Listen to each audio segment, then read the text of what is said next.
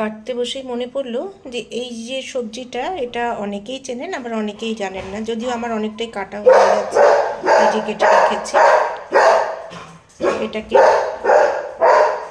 আমরা স্কোয়াশ বলি, আর পাহাড়ে ওরা স্কুস বলে।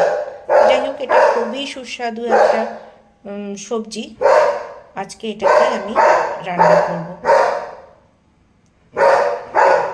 কড়াইয়ে তেল গরম করে কালো জিরা দিয়ে দিলাম, আর সাথে দেব রসুন, আদা আর কাঁচা লঙ্কা একসাথে বেটে নিয়েছিলাম, তার থেকে 1 চামচ।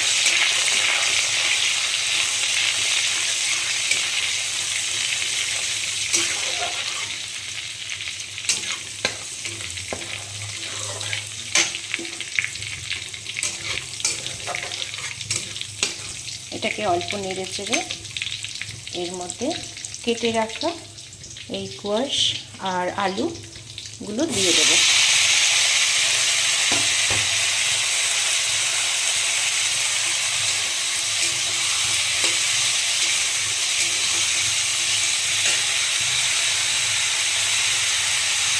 স্বাদ মতো লবণ আর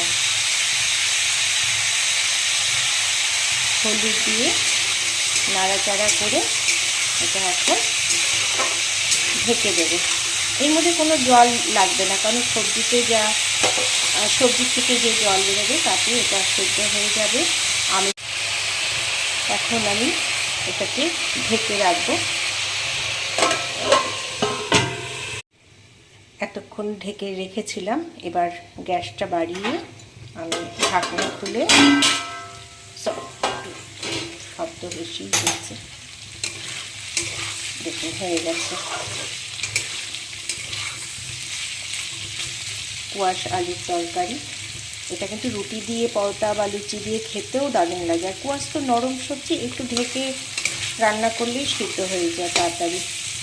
আলুও এর সাথে সমান সমান ছোটো ছোটো করেই দিয়েছি, দেখুন আলুও সিদ্ধ হয়ে গেছে।